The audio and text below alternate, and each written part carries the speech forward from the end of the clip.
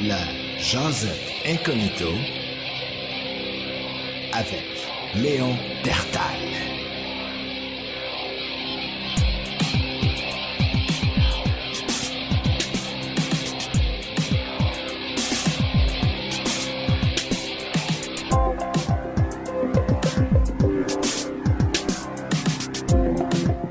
Bonjour, Léon Dertal, café à la main. D'habitude, je bois mon café avant et après, je fais le podcast. Mais, tu sais, on n'a rien qu'une vie à vivre. On n'a rien qu'une vie à vivre. Aujourd'hui, c'est le café podcast. En même temps. Depuis une couple de jours, même depuis une couple de mois, pour ne pas dire une couple d'années, je m'intéresse à plusieurs choses en même temps dans la vie. Depuis toujours, moi, dans ma vie, j'ai eu un espèce de goût de liberté, mais à outrance, là, tu sais. Dans le sens que toute passion, toute activité ou tout mode de vie qui mène à plus de liberté, pour moi, est plus attirant, tu sais. Ce qui veut dire pas avoir d'enfants aussi. Donc, ça fait partie des sacrifices à faire dans la vie pour atteindre le plus de liberté possible, à mon avis, mais certaines personnes qui ont des enfants pourraient le voir autrement et dire non, avoir des enfants, c'est peut-être ça aussi la liberté, d'une autre façon de le voir, puis je le comprendrais. Ceci dit, une des choses que j'adore regarder sur YouTube, c'est des gens qui font du van life. Donc, des gens qui prennent un genre de... les Dodge ProMaster, je pense que ça s'appelle. Ça ressemble à des camions, tu sais, pour livrer, mettons, des colis, là, mais assez gros. Tu sais, les plus gros qui se font avec le plafond haut. Et là, la plupart de ceux que je suis ont acheté un camion vide et ont monté eux-mêmes leur camping-car, mais de façon... avec un espace qui est très, très, très limité. Et pour certains, même, ils ont des douches là-dedans. Et moi, c'est quelque chose qui m'interpelle beaucoup, ce genre de mode de vie-là. Et il y a un YouTuber que je vous encourage à aller regarder. Si vous avez les blues, vous avez juste le goût de regarder un gars qui il vit dans sa vanne. Il n'y a pas de blonde, il n'y a pas de femme, il n'y a pas de maison. C'est sûr qu'on ne connaît pas toute sa vie. Les gens qui font des channels YouTube vous montrent une facette d'eux, mais ils ne vous montrent pas tout.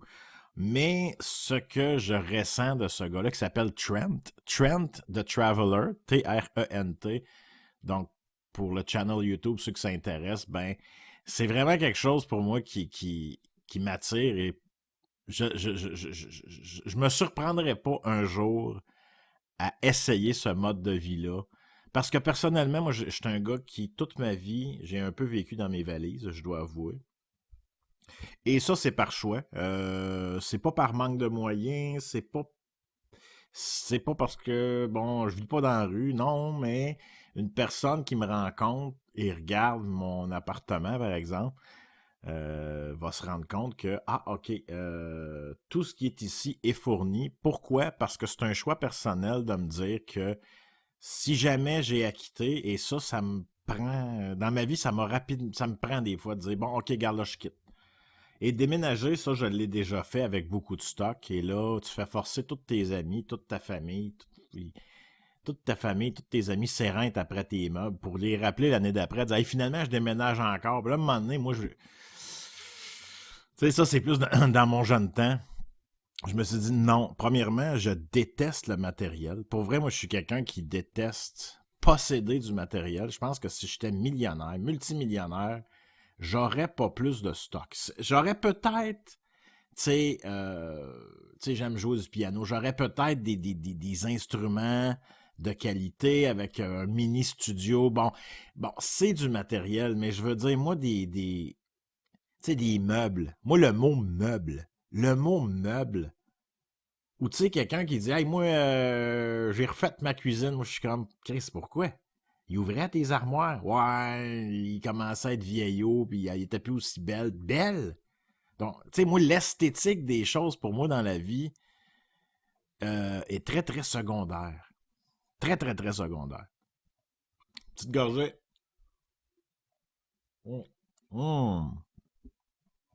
Un café McDo qui est rendu à 1,5 $. Genre. Je l'ai déjà dit dans un autre podcast, puis je le redis. C'est que des gens, des fois, que je connais, une personne que je pense en particulier, qui me dit « Pourquoi tu t'achètes pas une cafetière? Tu vas tout le temps chercher ton café au McDo. » Je répète, mec, combien de café tu bois par semaine? Ah, je sais pas, 2-3 par jour? OK. Moi, j'en bois maximum, à part... C'est sûr qu'il y a des exceptions. Si, par exemple, je suis en vacances, ça se peut que je boive un petit peu plus de café, mais normalement parlant, dans ma vie, c'est un café par semaine. Et je skip des semaines. Donc, mon 1,75 par semaine, je le mérite. Je suis pas difficile sur le goût du café. J'aime le petit kick d'énergie que ça donne. Haute gorgée. Il y en a aussi qui me disent que je mets trop de sucre puis trop de lait, puis c'est pas du café, c'est du quick. Regarde, parfait, tu y toucheras pas à mon café. Tu l'aimes pas? Ben, c'est pour Bibi. Ceci dit, c'est ça. Donc, moi, j'aime pas les meubles, j'aime pas le matériel, et c'est ce qui fait que j'aime les petits espaces. Mon appartement est quand même assez grand comparé aux autres que j'ai eu avant.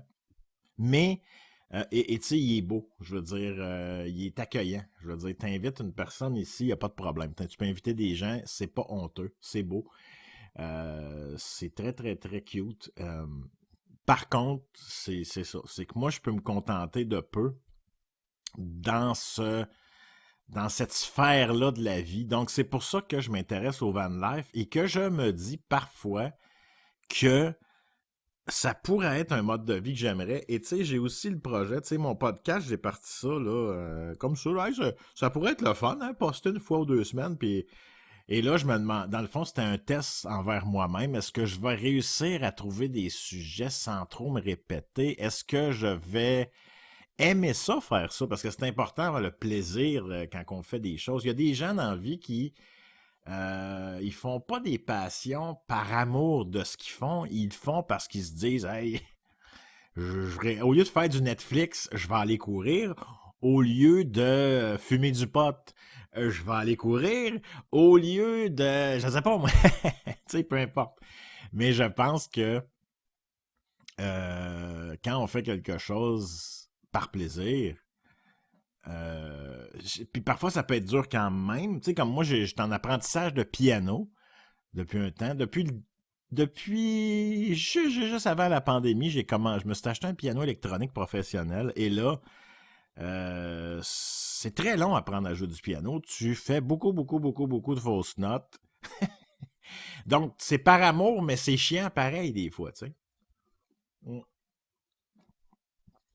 Et... Et d'ailleurs, si, par exemple, j'avais mon van à moi, mini camping car, il y aurait un espace pour mon piano ou une guitare, mais je pense que ça serait plus un piano. Donc, j'aime beaucoup, beaucoup jouer de ça. Jouer de la guitare, personnellement, moi, j'en ai joué des années, ça me faisait mal au bout des doigts. Où est-ce qu'on... La partie le bout du doigt qui pèse sur la corde, là, moi, ça pouvait aller jusqu'au sang, rapidement. C'est pareil comme quand je jouais de la batterie. En dedans de 10 minutes, je peux avoir une douzaine d'ampoules après les mains. Et là, il y en a, ah, tu tiens pas tes baguettes comme il faut. Puis, ah, c'est que le monde. Qu'est-ce que j'ai l'humain? Des fois, là, je ramasserais des mornifs aux humains, là, qui essayent de te dire pourquoi que si, pourquoi ça. C'est mes mains. J'ai la peau fragile. Elle a toujours été fragile, ma peau. J'ai tout essayé avec les baguettes de drum. Des gants, pas de gants, des baguettes spéciales. Veut serrer moins fort. T'sais? Hey, écoute, là. J'ai déjà eu quelqu'un qui m'a dit pèse moins fort ses cordes quand tu joues de la guitare. C'est pour ça que t'as mal au bout des doigts. Hey, ben oui. Le gars n'a jamais joué de guitare. Yes, sir. Qu'est-ce que j'ai l'humain? Pas tous les humains. Non, non, non, non, non. J'ai beaucoup d'humains autour de moi que j'admire beaucoup. Mon père, ma mère, mon frère, la femme à mon frère, les enfants de mon frère. J'ai des amis, j'ai d'autres personnes dans ma famille que j'admire beaucoup, beaucoup, beaucoup. Ça, c'est les gens que j'ai choisis près de moi. C'est certain que j'irai pas pogner des trognons de pommes pour garder près de moi. Non. Et c'est pas des gens parfaits près de moi. Non. Mais c'est des gens que j'admire. C'est des gens qu'on choisit de garder près de nous. Mais les gens de tous les jours, là, qui te disent des sottises, là, pour comme régler tes problèmes, puis qui savent pas de quoi qu'ils parlent. Moi, à cette heure, je suis rendu... Moi, avant, j'argumentais beaucoup. Je suis rendu très silencieux par rapport à ces gens-là aujourd'hui. Et même par rapport aux gens plus près, je suis beaucoup moins argumentatif que j'étais. Mon podcast est là pour ça, puis je parle avec moi-même. Puis ceux qui sont là, puis qui m'écoutent, ils choisissent de m'écouter. Ça leur est pas imposé. Ceci dit, je vous encourage vraiment... pour ceux qui s'intéressent, je pense que une bonne partie du podcast, j'ai envie de parler de ça. C'est cette espèce de mode de vie-là que plusieurs ont adapté en Amérique, qui est le van life. On appelle ça le van life. C'est-à-dire qu'ils n'ont pas d'appartement, pas de maison. Ils vivent dans une van à l'année. Et oui, c'est sûr que, par exemple, la van, la ProMaster ça, c'est Dodge. Là, je pense que c'est ça, ProMaster. Bon, peut-être que neuf, ça peut coûter quelque chose comme 30-40 000, mais t'en as dans l'usager facilement dans le 15 000, vide. C'est sûr qu'il faut le faire, cette van-là. Tu peux l'acheter aussi tout construit, mais là, tu vas payer d'un 6 chiffres. Et d'ailleurs, ce qui fait en sorte... Je reviens encore un petit peu à un sujet que j'ai déjà parlé, comme quoi tout est cher. C'est vrai. Mais je reste encore sur l'idée que les gens ne savent pas dépenser, ne savent pas trouver les filons, là. Mais il y en a un, moi, je pense, un filon en Amérique, et il y a beaucoup de gens quand même qui l'ont attrapé au vol. C'est qu'il y a une grande demande pour justement acheter des vannes de van life, mais déjà tout construites, avec déjà les pompes à eau, avec les réservoirs, le système électrique, le lit est là, tout est là. Tu achètes la vanne, il te reste pas grand-chose à faire, tu te restes juste à rouler, tu sais. Mais moi, personnellement, tu sais, moi, je suis un gars de défi, mais je suis un gars aussi qui aime, qui est très imaginatif et qui apprend vite et qui est quand même assez minutieux. J'haïrais pas ça, éventuellement, peut-être.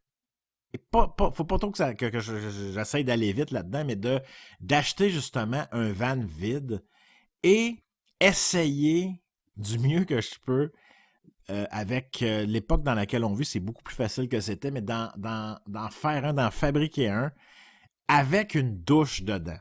Bon. La fameuse douche, c'est certain que nous, ici, on est au Québec. L'hiver, c'est sûr que l'hiver, c'est pas la meilleure des idées parce que tes tanks, tes réservoirs d'eau vont geler. Parce que pour la plupart des gens, le réservoir d'eau grise qu'on appelle, c'est-à-dire l'eau de douche, le résidu, c'est-à-dire l'eau que tu as utilisée, elle s'en va dans un réservoir d'eau grise. Et ce réservoir-là, la plupart des gens le mettent à l'extérieur de leur van, en dessous. Donc, nous ici, quand on a un hiver et qu'il fait moins 20, là, et ça, moins 20, c'est pas le plus fret, là, ben là, cette eau-là, elle peut pas rester. Tu peux pas la laisser dans ce réservoir-là. Ton réservoir va exploser parce que la glace, ça expansionne comparé à l'eau. Je l'ai su, j'ai déjà scrappé tu sais, les piscines, là, l'espèce de grosse bombe, pas bombe, mais le giga réservoir de filtrage, j'avais laissé l'eau dedans l'hiver. Ben, il a craqué. Il a craqué, aussi solide qu'il peut s'être. L'hiver, l'eau expansionne avec la glace, finalement. Ceci dit, puisque, par exemple, une personne qui choisit ce mode de vie-là, qui est le van life, ben, ça peut être, je pense, possible si la personne en a les moyens, le courage, et de prendre son van et de quitter le Québec le temps de l'hiver et revenir. C'est sûr que, bon, faut qu'il y ait de l'argent qui rentre. Tu sais, mais moi, j'en suis beaucoup. Il y en a beaucoup ce qu'ils font. Ben, d'ailleurs, Trent the Traveler s'est monté une fanbase de fou. Ce gars-là vit très, très, très bien, juste avec son channel YouTube, avec les gens qui le suivent. Je sais pas si vous m'entendez quand je prends des gorgées de café, là. Ça fait comme plus cosy, ça fait plus humain, plus normal avec le café. Les petits silences. Ceci dit, le gars, tranquillement, s'est monté. Ça fait 2 vannes qu'il fait lui-même. Et il avait jamais fait ça. Il n'y avait pas d'expérience de construction de van mini camper. Et son van, allez le voir, allez le voir. Puis d'ailleurs, il y a une vidéo au début de sa chaîne où est-ce qu'on le voit, on voit les étapes de la construction de sa van. C'est, honnêtement, moi j'en ai regardé plein d'ailleurs, là. C'est compliqué et simple à la fois. Compliqué dans le sens où il y a certaines étapes dans le processus qui peuvent... tu sais, quand tu te mets à percer des trous dans le camion, là, parce qu'il faut que tu passes des fils, par exemple, ils mettent souvent leurs panneaux solaires sur le toit. Bon, là, faut que tu as des fils qu'il faut qu'ils rentrent dans le camion. Tu veux pas qu'ils mouillent dans le troc, tu sais. Fait que là, il y a des techniques pour percer un trou, passer le fil, mais tu sais, c'est important de bien le faire pour pas scraper tout, puis être obligé de tout défaire, puis refaire, puis bon. Mais d'ailleurs, lui, il n'y a pas de douche dans le sien. Donc, lui, ce qu'il fait, c'est qu'il prend des douches. Il s'est abonné à des gyms qu'il y en a partout en Amérique. Genre, je sais pas c'est quoi, Pro Gym ou je sais pas quoi, là. Je sais pas c'est quoi. Je m'entraîne pas dans les gyms. Je suis un gars assez en shape, mais je m'entraîne pas dans les gyms. Ceci dit, quand t'as un abonnement, tu peux aller dans tous les gyms qui portent ce nom-là et aller juste prendre ta douche s'il y a de quoi. Donc, lui, c'est ça, sa technique. Quand il traverse l'Amérique, et c'est beaucoup moins de problèmes de gérance, de réservoirs d'eau, puis tout ça. Puis... Mais lui, tu sais, lui, c'est sûr, c'est un gars des États-Unis. Là, ils viennent de faire un trip en Alaska et ils quittent l'Alaska justement parce que là, le fret est en train de pogner en Alaska. En ce moment même, là, les autres, l'hiver est en train de kicker, là. Donc, il a déjà recommencé à rouler vers le Canada et il va rouler vers l'Amérique. Donc, quand tu fais du van life, ça peut être une possibilité de dire on quitte l'endroit où on est, on va vers le sud, le temps qu'il fait chaud, comme ça, ben, ton eau gèle pas. T'as pas à louer d'hôtel, de motel, mais il faut que tu trouves une place où camper. Et ça, c'est un autre gros problème des van-lifers parce qu'il y en a de plus en plus. Avec les logements qui coûtent cher, etc., il y a quelques personnes, en tout cas sur YouTube, c'est fou, il y a une communauté de fous, de gens qui se disent « Hey, regarde, moi, ça va être ça. Puis je vais trouver une place où je peux camper. » Ou même, il y a possibilité de louer peut-être un terrain de camping ou même, moi, un de mes amis qui me parlait de peut-être même l'hiver entreposer, mais vivre quand même dedans. Tu sais, un genre de garage chauffé, mais moi, le problème que je vois à ça, c'est que ça prend quand même une aération. Toi, t'es dans ce garage-là, ça chauffe, mais ça prend de l'air frais. Ça prend de l'air frais. Donc, ça peut être un problème aussi. Mais ceci dit, le van life au Québec, l'hiver, même au Canada, hein, on parle du Québec qui est froid. Il peut faire assez froid en Alberta, il peut faire... C'est fou, là, le Canada. On est un pays froid, là. On est un pays très froid. On est au nord de la boule. Donc, ça implique le fait de dire que si tu fais du van life et que tu veux juste rester où est-ce qu'il fait chaud, ça implique de traverser les lignes américaines pendant l'hiver. Parce que si tu restes au Canada, ça va être dur de trouver une place où ce qui fait en bas de zéro. C'est-à-dire au-dessus de zéro. Ça va être dur. Mon père qui écoute ça, si tu peux me répondre là-dessus, je suis certain que lui, c'est ça. Est-ce que au Canada, il y a une place, peut-être à Vancouver, où est-ce que ça descend jamais en bas de zéro?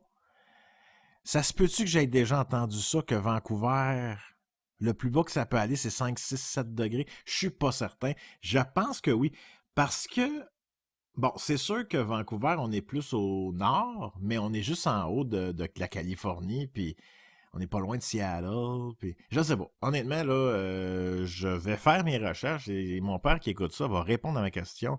Dès qu'il va écouter le podcast, je suis certain qu'il va m'envoyer un message pour clarifier, parce que je suis certain que lui, c'est ça.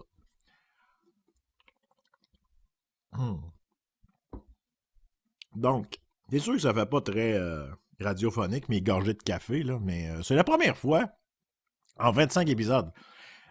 Joyeux 25 épisodes à moi. D'ailleurs, oui. Est-ce que c'est mon 25? je, je vais regarder rapidement. Oui. Ça c'est oui. Parce que hein, ça ferait drôle. Joyeux 25! Puis là, tu sais, j'aurais pu mettre des effets, là, tu sais, des ballons, je sais pas, des ballons, des effets de ballons. À part quand ils pètent, il n'y a pas grand effet de son qu'on peut faire. Ceci dit, quand ils se dégonflent, qu'ils partent dans les airs. Ouais, ça peut. Mais ceci dit, c'est mon 25e épisode. Je suis très, très, très content de moi-même d'avoir toffé, d'avoir été capable de jacasser tout ce temps-là. Je suis content de voir aussi à quel point YouTube m'a amené du monde. Merci à vous. Merci à vous. Je suis très, très, très content que vous soyez là. Je ne sais pas qui vous êtes, mais j'ai l'impression, comme je l'ai déjà dit auparavant, que un homme mi-quarantaine qui jase tout seul dans un podcast, c'est pas quelque chose de si courant que ça sur YouTube. Et personnellement, moi, mon podcast, sans vouloir me lancer de fleurs, parce que c'est loin d'être parfait, c'est tout décousu, c'est des parenthèses pas fermées, c'est ci puis ça, mais ce serait grosso modo ce que j'aimerais écouter s'il y en avait un. Je vais me cloner, puis je vais écouter des podcasts qui ressemble au mien. Tu sais, un homme mi-quarantaine qui parle un peu de la société et de comment il voit la vie, qui parle de ce qu'il aime moins. Moi, personnellement, c'est ce que je voulais faire. J'étais à mon 25e épisode que je fais ça. Je me rappelle à un moment donné, ma mère, elle écoutait. Là, je pense que depuis une couple d'épisodes, elle écoute plus, puis c'est correct. C'est vraiment correct. J'ai absolument rien contre ça. Mais elle me disait, ouais, depuis 2-3 épisodes, peut-être dans l'épisode, peut-être mon 9e épisode, qu'il y a presque personne qui a écouté. Ouais, tu parles pas mal de politique, puis j'ai pas réalisé ça, puis j'ai juste répondu, je parle de ce qui me passe par la tête au moment présent où est-ce que j'enregistre. En ce moment même, encore, la seule chose que j'ai devant moi, c'est mon micro puis mon café. J'ai même pas une seule note de prix. Et c'est ça que je veux faire. C'est ça que j'aime, moi, consommer. J'aime pas même dans l'art, c'est pour ça que j'aime pas les artistes qui font des albums après être passés à La Voix ou après être passés à Star Academy. C'est trop travaillé. Moi, j'aime la vulnérabilité. C'est ça que j'achète, moi, la vulnérabilité dans la vie. Trend the Traveler, justement, qui fait du van live et qui a fait son channel YouTube, c'est plein de vulnérabilité. Le gars, c'est certain que parfois, il se sent très seul. En fait, il a dit que non dans une entrevue, dans un de ses vidéos. Et je le comprends, parce que c'est full liberté. Et le fait aussi qu'il se promène beaucoup, il rencontre plein d'autres van-lifers. Ils ont des meetings, ils font du camping ensemble. À un moment donné, ils se séparent, partent chacun de leur bord, ils se rejoignent quelque part. Vraiment, vraiment, vraiment un gars avec qui je m'entendrais bien, j'en suis persuadé.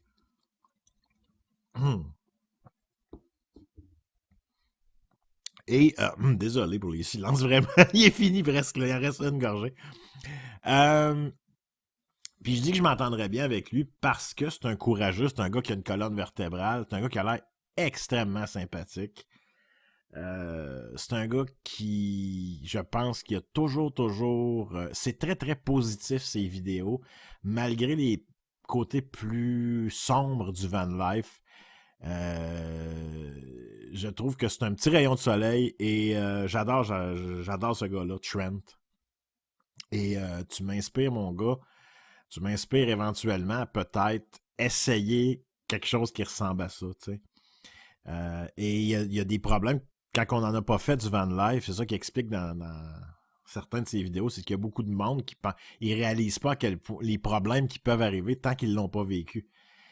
Que ce soit le froid, que ce soit un bris mécanique, que ce soit un bris dans le système électrique, que ce soit un bris dans les tuyaux, des fuites, ça peut être un paquet d'affaires. Et quand c'est ta maison, ben ça peut être plus compliqué d'envoyer ton véhicule au garage. Il faut que tu vives quelque part. Fait que, ben, c'est là que tu vas prendre de l'argent, tu vas te louer une chambre d'hôtel pendant 3, 4, 5 jours, au pire, ou peu importe.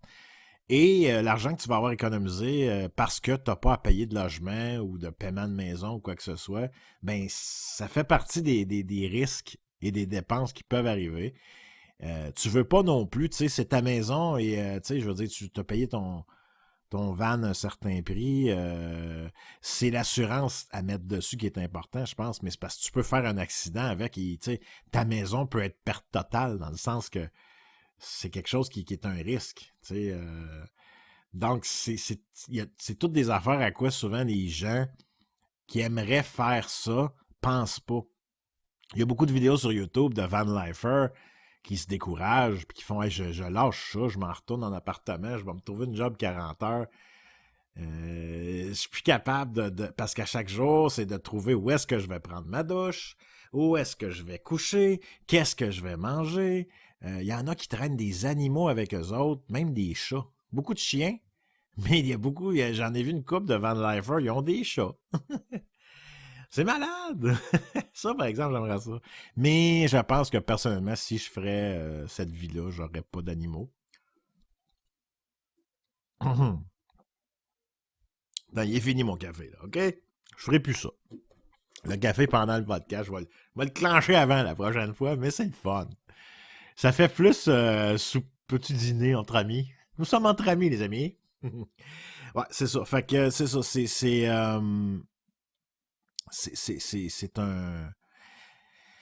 c'est des problèmes qui peuvent arriver dans ce mode de vie-là et faut quand on décide de se lancer, ben il faut évaluer ça et particulièrement une personne comme moi qui vient du Québec et qui reste au Québec. Ça va être quoi la solution?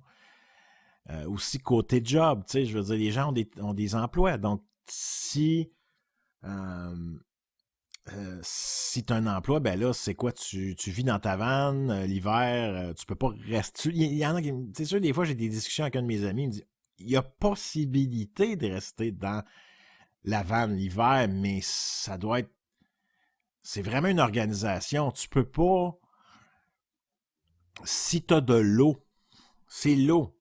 Si tu as des réservoirs d'eau X et qu'en plus, ils sont pas en dessous de ta vanne. Tu sais, un réservoir d'eau qui explose en dessous de ta vanne, tel que tel, là, ton eau grise, là. Tu sais, l'eau grise, là, c'est de l'eau de douche, c'est de l'eau de lavabo. Il n'y a pas d'eau de toilette là-dedans. Ça s'appelle de l'eau noire. Donc, certains aussi, dans leur vanne, ont un réservoir d'eau noire, c'est-à-dire que c'est les matières fécales vraiment. Ça, c'est autre chose. Si ça explose, c'est dégueulasse. C'est un petit peu plus grave que l'eau grise, mais c'est pas de la pollution de malade non plus, là, tu sais.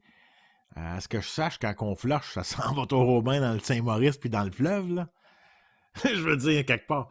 Oui, bon, c'est traité, etc. Parce qu'on avait cette discussion-là, à un moment donné, moi puis mon ami, puis on se disait... Moi, je posais la question, tu sais, mettons que je me fais un système après ma vanne, parce que je me pose un paquet de questions. Moi, je me vois avec ma douche intérieure et que je sais pas, moi, je suis en camping quelque part, peu importe où, et je décide que j'ai comme un genre de une valve que je peux dire, regarde, l'eau qui s'en va, elle a juste à s'en aller à terre.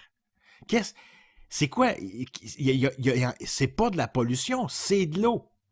C'est de l'eau potable qui m'a glissé sur le corps. Mais lui m'a dit, et je le savais pas, que c'est illégal, paraîtrait-il, de jeter dans la nature, pas juste dans la nature, partout où est-ce que c'est pas une place exprès, c'est défendu par la loi de vider de l'eau grise par terre. Mais qu'est-ce que c'est de l'eau grise? Comme je vous ai dit, de l'eau grise, le plus pollué qu'elle peut être, c'est que tu as lavé ta vaisselle avec. Il n'y a aucune matière fécale dans l'eau grise. À moins que tu chies dans le lavabo ou dans la douche, elle passe pas dans le trou. En tout cas, être en van life, moi, je pisserais pas dans la douche, puis tu sais, tu... En tout cas, regarde, c'est une autre histoire, mais c'est de l'eau qui est pas polluée du tout. Tu sais, du tout. Donc, personnellement, moi, je me sentirais pas mal de dropper cette eau-là, quelque part. Je sais pas, tu te caches, non? Je sais pas. Je sais pas. Je me pose beaucoup de questions, mais on en parlait, moi et mon ami, puis il disait, ouais, mais c'est ça, si tu te fais pogner, d'après moi, c'est une pas pire amende, puis ouais, OK. Mais il reste que... Puis tu sais, je veux dire, il faut que tu pognes le gars sur le fait, tu sais, je veux dire... Mettons, tu sais, je veux dire, je sais pas, la police de l'eau grise, là. Mettons que tu prends ta douche, ton eau s'en va dans ton réservoir d'eau grise, bon, tu sors de ta vanne, il n'y a personne autour, tu vides ton eau à terre, ça fait une petite flaque à terre, et là, la police de l'eau grise arrive et voit la flaque à terre. Qu'est-ce qu'elle va faire? C'est peut-être bien une marmite d'eau que j'ai pitché dehors que je me suis fait cuire des patates avec. Tu sais, je veux dire, hey, vive le vie. Moi, ça, c'est des genres de lois contraignantes, mais qui fait respecter ces lois-là? Y a-tu des inspecteurs d'eau grise? Y a-tu la police de l'eau grise? Hein? Je veux dire, je sais qu'au Québec, il y a une police qui existe vraiment, là. Êtes-vous prêts? Oui? Êtes-vous prêts? La police la plus forte au Québec, c'est la police du fun. Hein? Merci à notre société québécoise. C'est pour ça, d'ailleurs, que, juste une petite parenthèse, là, que je dis des fois à mon père, tu sais, l'espèce de discours de « si tu vas pas voter, t'as pas le droit de chialer » ou l'espèce de discours de « si les politiciens, si tu t'intéresses pas à la politique, elle inquiète-toi pas qu'elle va s'intéresser à toi. » Moi, je réponds à ça, souvent. Ben,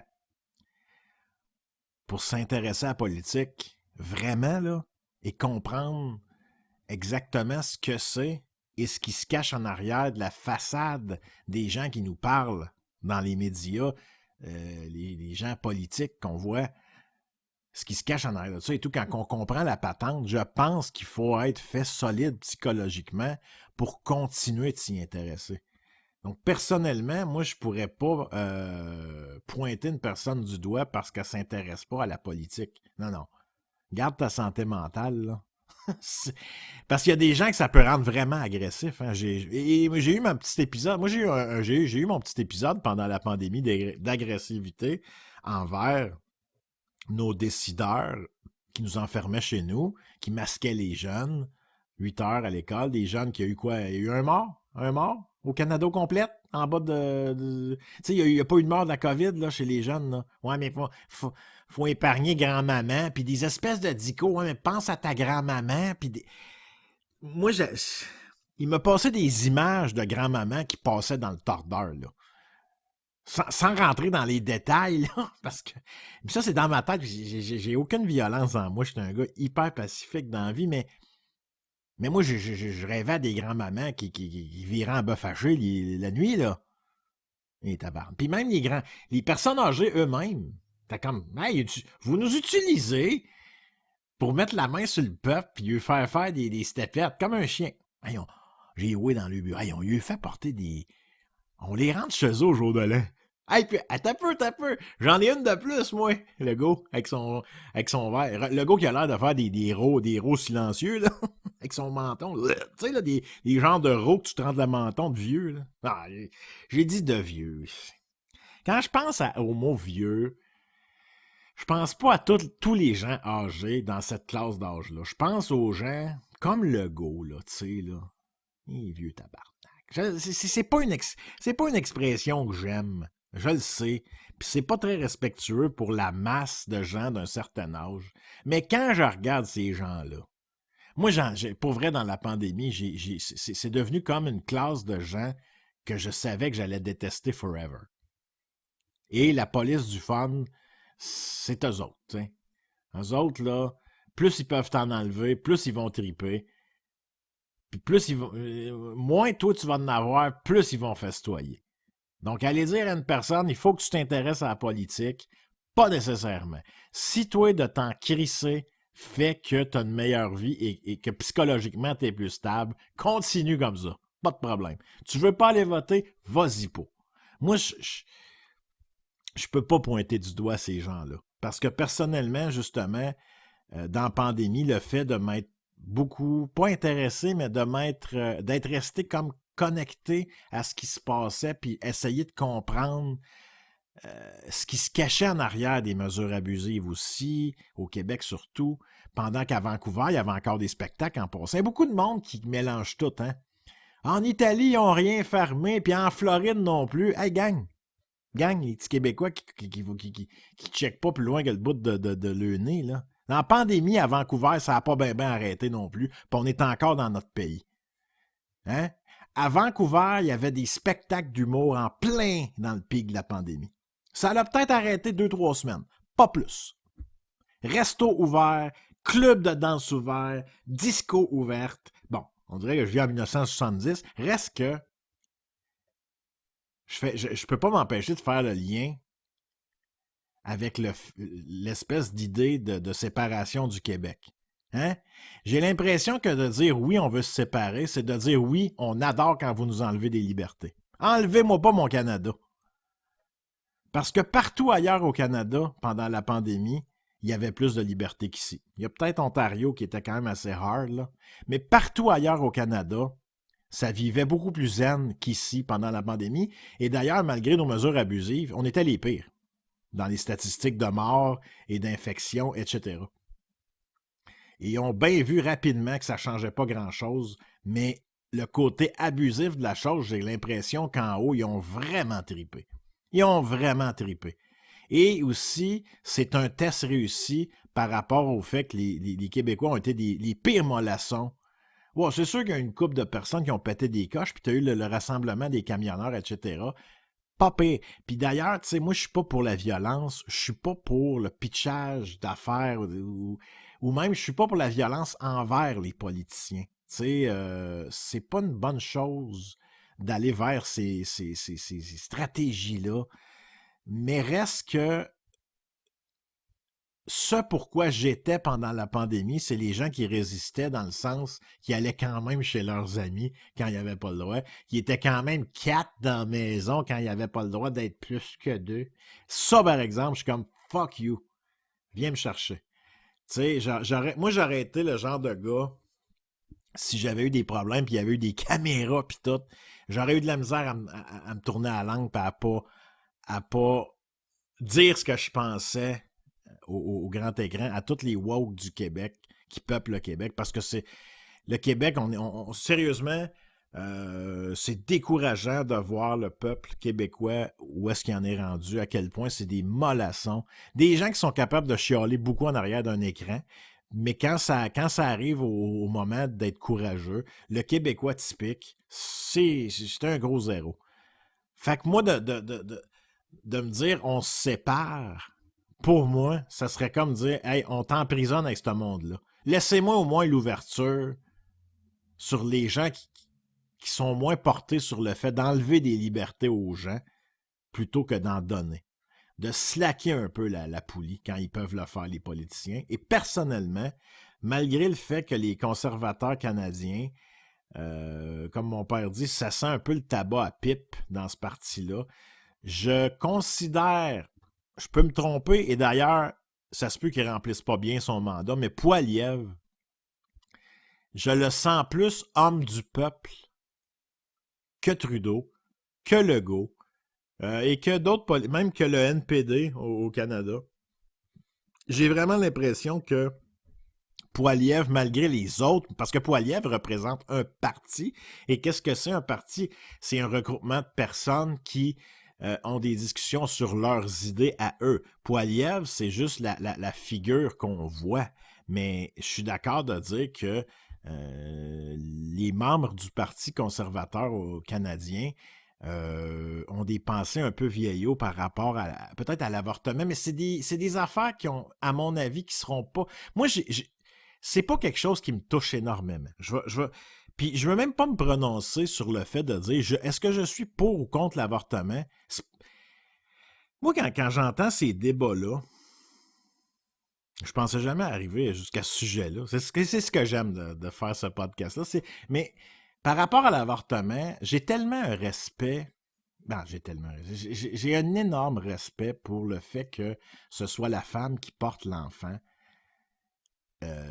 et qui procrée, qui crée la vie, c'est elle qui fabrique la vie, c'est son corps, c'est difficile sur un corps de femme. Donc, moi, ce qui me rend mal à l'aise dans tout ça, tout simplement, là, puis je m'arrête là dans mon opinion, c'est juste par rapport à l'avortement, c'est juste de voir des hommes d'un certain âge, juste le fait d'exprimer une opinion sur l'avortement. Juste le fait de s'exprimer là-dessus. Un homme de 62, un homme de 56, avec des petits cheveux gris et une cravate, là. Moi, j'ai juste le goût de dire, premièrement, la stratégie, si vraiment vous voulez parler et argumenter sur l'avortement, mettez donc une femme. Moi, je trouve que ce serait une belle place pour une personne féminine qui sait c'est quoi être femme, et même si sans qu'elle ait nécessairement eu à être avortée, si elle a porté des enfants, elle sait c'est quoi. Les hommes, moi, que ce soit Legault, qui tu voudras, que ce soit mon politicien préféré, même peut-être même Poilievre, que je déteste pas. Se prononcer sur l'avortement, pour moi, est une insulte pour le corps de la femme. Quand ça vient d'un homme d'un certain âge qui n'a aucune idée de quoi il parle. Je m'excuse, là. Vous n'avez aucune idée de quoi vous parlez. Un peu de respect. Tu sais? Fait que ce sujet-là, c'est tellement d'ailleurs l'avortement, je trouve, du cas par cas. Tu sais? Chaque cas est unique. Y a-tu vraiment une femme? Je sais qu'il y a toutes sortes de numéros dans la vie, mais y a-tu vraiment une femme qui se dit hey, regarde, pas besoin de me protéger, mais aller me faire avorter, tu sais? Tu sais, ça existe-tu, ça? Ça existe pas, là. Il y a des exceptions, mais je veux dire, il n'y a pas une femme au monde qui va se faire avorter et qui dit qui sort de là, qui est comme bon, c'est fait. On va-tu manger un cornet? Ben non. Tu sais. Fait que, moi, quand je faisais pour ça, c'est ça. Fait que quand je vois des hommes, n'importe quel âge, s'exprimer sur ce sujet-là, j'ai rien que le goût de dire femme dans ta gueule. Parle-moi de 4 roues, là. Parle-moi de pêche, là. Parle-moi de ce que tu connais, tu sais. C'est pas ton sujet. C'est pas un sujet. Tu dis n'importe quoi sans être en connaissance de cause. L'avortement, c'est un sujet très, très, très fragile. Et commencer à dire je suis pour, je suis contre, c'est complètement d'enlever le fait que c'est du cas par cas. C'est de dire vous êtes tous dans le même panier. Il y a des exceptions. Il y en a qui se font violer. Il y en a qui devraient se protéger puis qui le font pas. Hey, garde, toi, monsieur Cravate, là, rassis-toi. T'as beau être dans le parti pour lequel je pourrais voter, assis, monsieur Tabac à pipe. C'est vraiment pas quelque chose que j'aime voir personnellement. C'est mon opinion. C'est discutable, j'en suis conscient, mais c'est pas quelque chose, moi, que j'ai une agressivité qui monte en moi quand je vois un homme prendre la place qu'il n'a pas à prendre pour défendre quelque chose qui ne sait pas de quoi il parle. C'est tout. C'est ça. Donc voilà. Puis, tu sais, ceci dit, j'ai commencé avec le van life, et pourquoi j'en suis venu à la politique, c'est parce que j'ai parlé de séparation du Québec et du fait d'enlever des libertés. Et le mot liberté, ben le van life, tout ça est connecté. Tu sais, le van life, c'est la liberté. Et je l'ai déjà dit, moi personnellement, si le Québec se sépare, je veux le quitter avant qu'il se sépare. Et je suis très sérieux. Très sérieux. Je ne fais pas confiance aux Québécois. Monsieur les Québécois, j'ai déjà été... Je pourrais m'être déjà qualifié de nationaliste, pas séparatiste, dans le sens que on est une nation québécoise, on est vraiment à part. C'est vrai qu'on est vraiment unique par rapport au Canada anglais, ça je le comprends, mais là on parle d'idées qui viennent des années antérieures. Il y a des décennies. Aujourd'hui, en 2024, moi, le gars que je suis, tout ce qui se dit, c'est... Je les connais, moi, les politiciens québécois. Puis je comprends pas que le Québécois séparatiste normal ne se dise pas, comme moi j'ai tendance, puis je suis pas un connaisseur en politique, de me dire, OK, si on se sépare, je peux-tu lire d'avance vers quoi on s'en va? Parce que séparer, c'est, on va dire, la constitution future québécoise. Je peux-tu la lire? Je peux-tu voter sur la constitution avant qu'on se sépare? Parce que il y a une différence entre se séparer, rester pauvre, ou se séparer et aller exploiter. On est riche au Québec si on veut. Si on n'est pas woke au Québec, si on n'est pas des enverdeurs, si on n'a pas l'hypocrisie verte là, au Québec, là, on est rich as fuck. Au Québec, il y a du pétrole, il y a de l'eau potable, il y a des arbres. Il y a pas beaucoup, tu sais, il y a pas beaucoup de monde, on peut rentrer du monde en masse. On est pas mal pris au Québec si on enlève les woke, là, puis qu'on se met à creuser nos ressources, là. On est riche.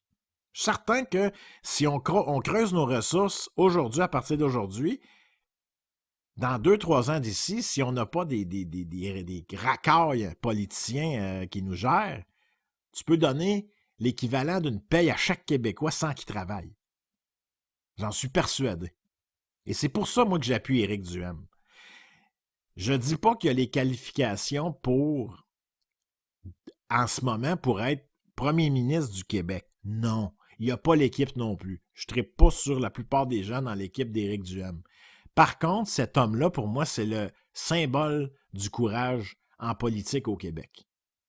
C'est un gars qui rame contre le courant, puis le courant, il est gauchiste, il est wokiste, puis c'est pas juste ça, c'est qu'il parle à une génération qui, tranquillement, on va se le dire, est appelée à passer le flambeau aux plus jeunes. C'est normal. Mais là, les jeunes, il faudrait qu'ils aillent voter, par exemple.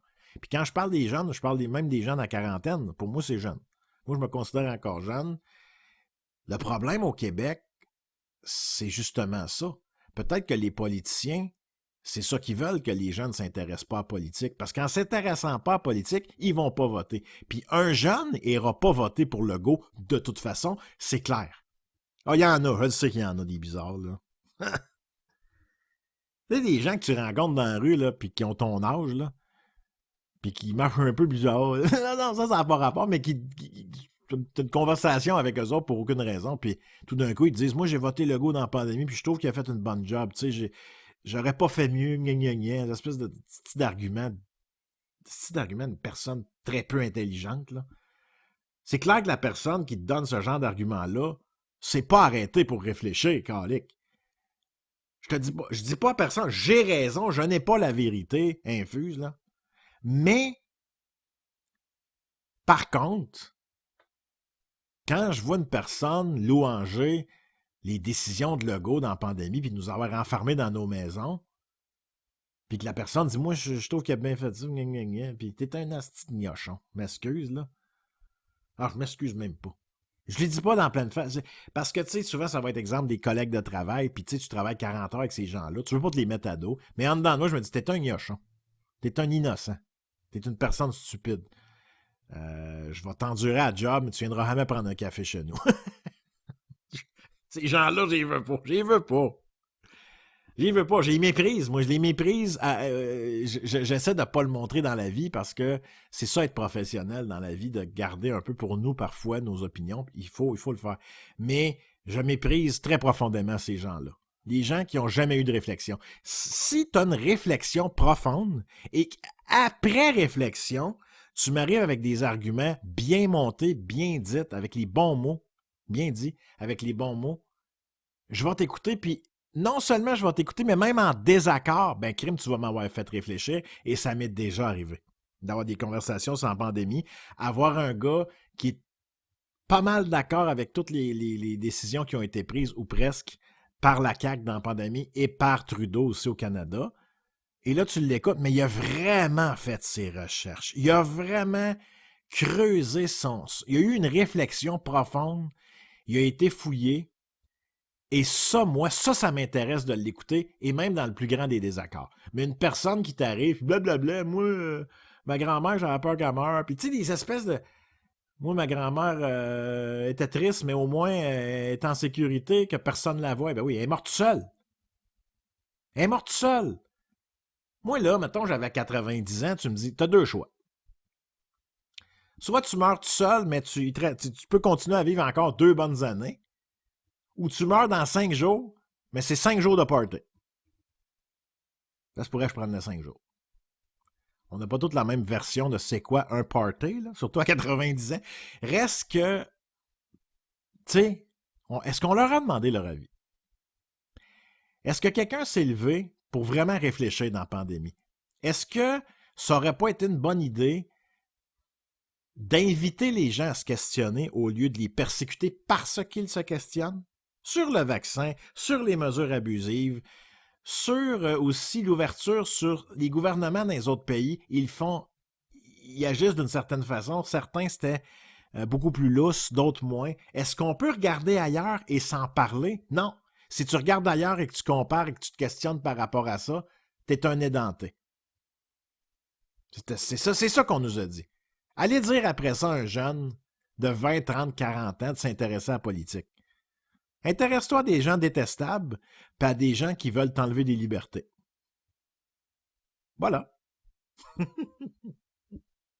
Hey! Le seul mot que je m'étais donné avant de partir le podcast, c'est van life. C'est ça que j'aime dans mon podcast. Et je suis certain, ceux qui aiment pas ça, et puis j'ai vu, là, tu sais, il y a un épisode que j'ai 740 écoutes, je pense. Je sais très bien que sur les 740 qui ont essayé en cliquant, il y en a peut-être juste, je sais pas moi, 120 qui ont écouté l'épisode au complet. Et c'est ça que j'aime. On essaie des choses, t'aimes ça, t'aimes pas ça, pas de trouble. Je vais comprendre. Mais pour les gens qui aiment ce qu'ils entendent, ben, je vous le redis, je vous l'ai dit tantôt, je vous remercie d'être là. Et je le dis avec plein d'amour. Et moi, je me force pas pour faire ce que je fais là. On est dans l'imperfection. Et c'est exactement ce que moi, j'achète comme podcast aussi. Donc, j'essaie de faire exactement ce que moi, je recherche. Et ce que j'aime faire aussi. Parce que sinon, ce serait pas naturel, ce serait poche.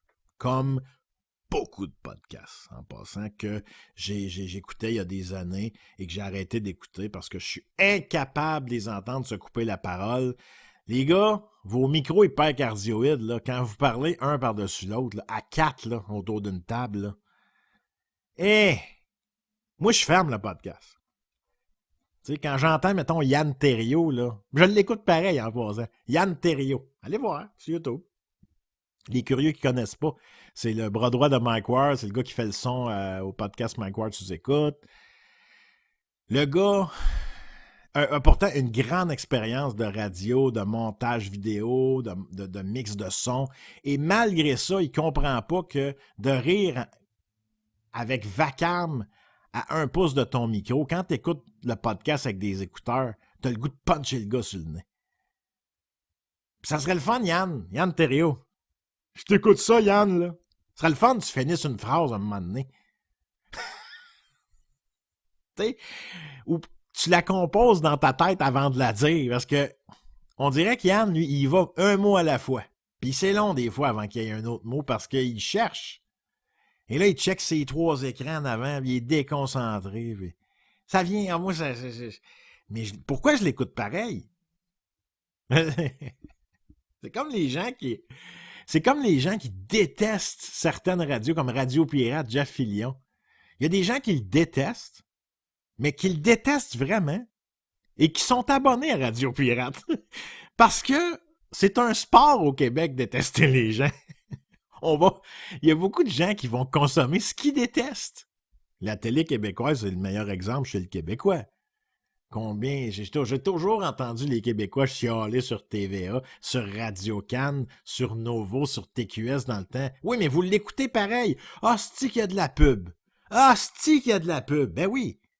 Puis tu payes ton câble 45 par mois en plus de la pub. Épais. Ben, pas épais, je l'ai déjà payé, moi, tout. C'est juste une mode qui s'en va, mais... C'est ça, un Québécois. C'est ça, un Québécois. C'est un peu gnochon, un Québécois. Statistiquement. Il faut toujours que je le précise, hein, parce qu'il y a des gens qui le prennent personnel. Ah, je suis pas gnochon. Il dit que je suis gnochon. Je suis québécois. Ça veut dire qu'il dit que je suis gnochon. Pas nécessairement. Mais si tu parles comme je viens de parler, puis que c'est ton genre d'argument, oui. Bienvenue chez les gnochons. Fait que me séparer pour me mettre en prison avec sa gang-là? Fuck. Never. Never, not for me. Not for me. Il n'y aura jamais de pays qui va s'appeler Québec. Right? Par contre, si on me proposait de m'annexer aux États-Unis, j'ai déjà entendu ça quelque part, moi, que ça s'était un petit peu parlé. Prendre le Québec, en faire un État américain. Bizarre, hein? Bon, regarde, on dit un peu n'importe quoi, mais tu sais, tout, pour pas qu'on m'appelle un Québécois puis qu'on me dise que mon pays, c'est le Québec. Ça arrivera pas. Au point où je vais déménager, puis qu'on va me dire, toi, t'es un Ontarien ou t'es un Albertien? Ouais, je suis un Albertien. Voilà. C'est ça. Oui. Je pense que si je viens à m'exporter dans l'Ouest canadien, là, m'a caché à tout le monde que je viens du Québec, malgré mon petit accent québécois quand je parle en anglais, là. M'a essayé de le cacher du mieux que je peux. Mais maudit. Et misère. Et misère. Oh, c'est pas zen vivre au travers d'une gang de woke.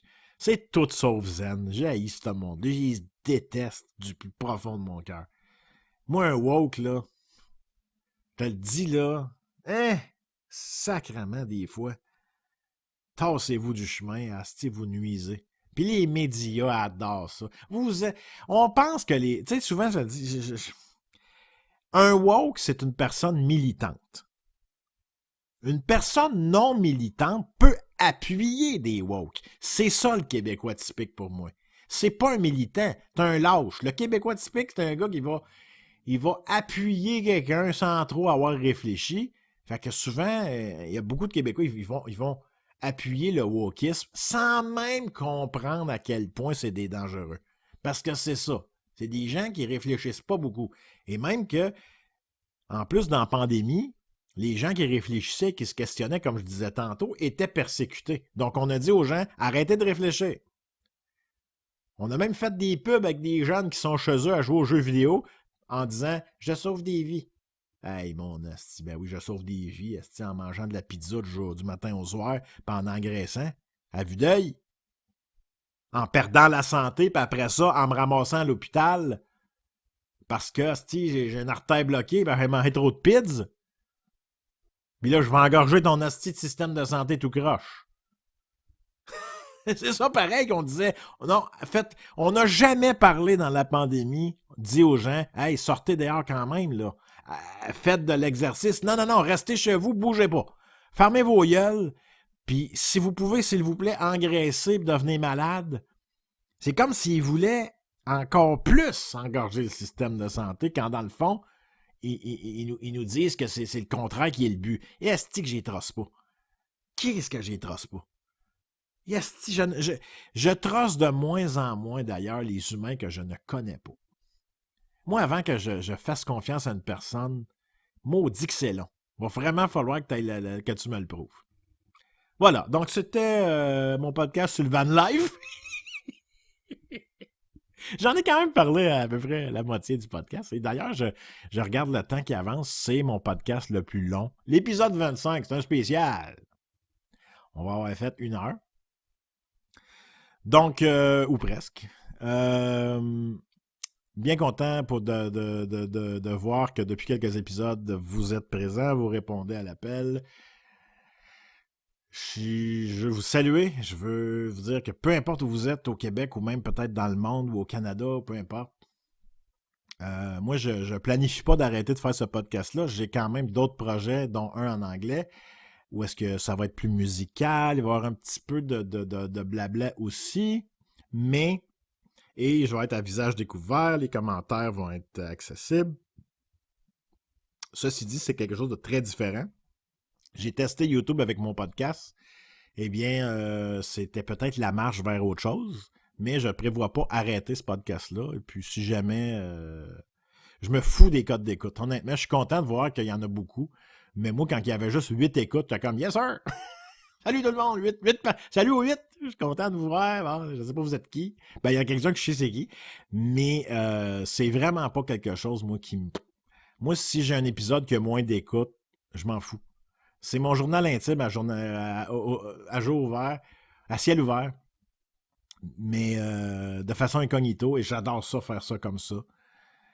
Et le fait aussi qu'on puisse pas commenter, j'adore ça aussi. Ça, c'est moi. C'est moi qui décide. C'est ça qui est le fun. Quand t'es ton boss, c'est sûr que tu vas prendre des décisions des fois qui sont un petit peu moins business, mais ça reste toi qui décide. Et c'est moi qui décide. Je suis content de ça. Puis, on va voir ce que la vie va apporter, mais je suis plein de motivation. Puis, voilà. Donc, à tous, je vous envoie le plus grand des bonjours, bonsoir ou bonne nuit, dépendamment le moment du jour que vous écoutez le podcast. Et c'est avec amabilité que je vous dis que c'était Léon Dertal, pour la Josette Incognito. Au revoir.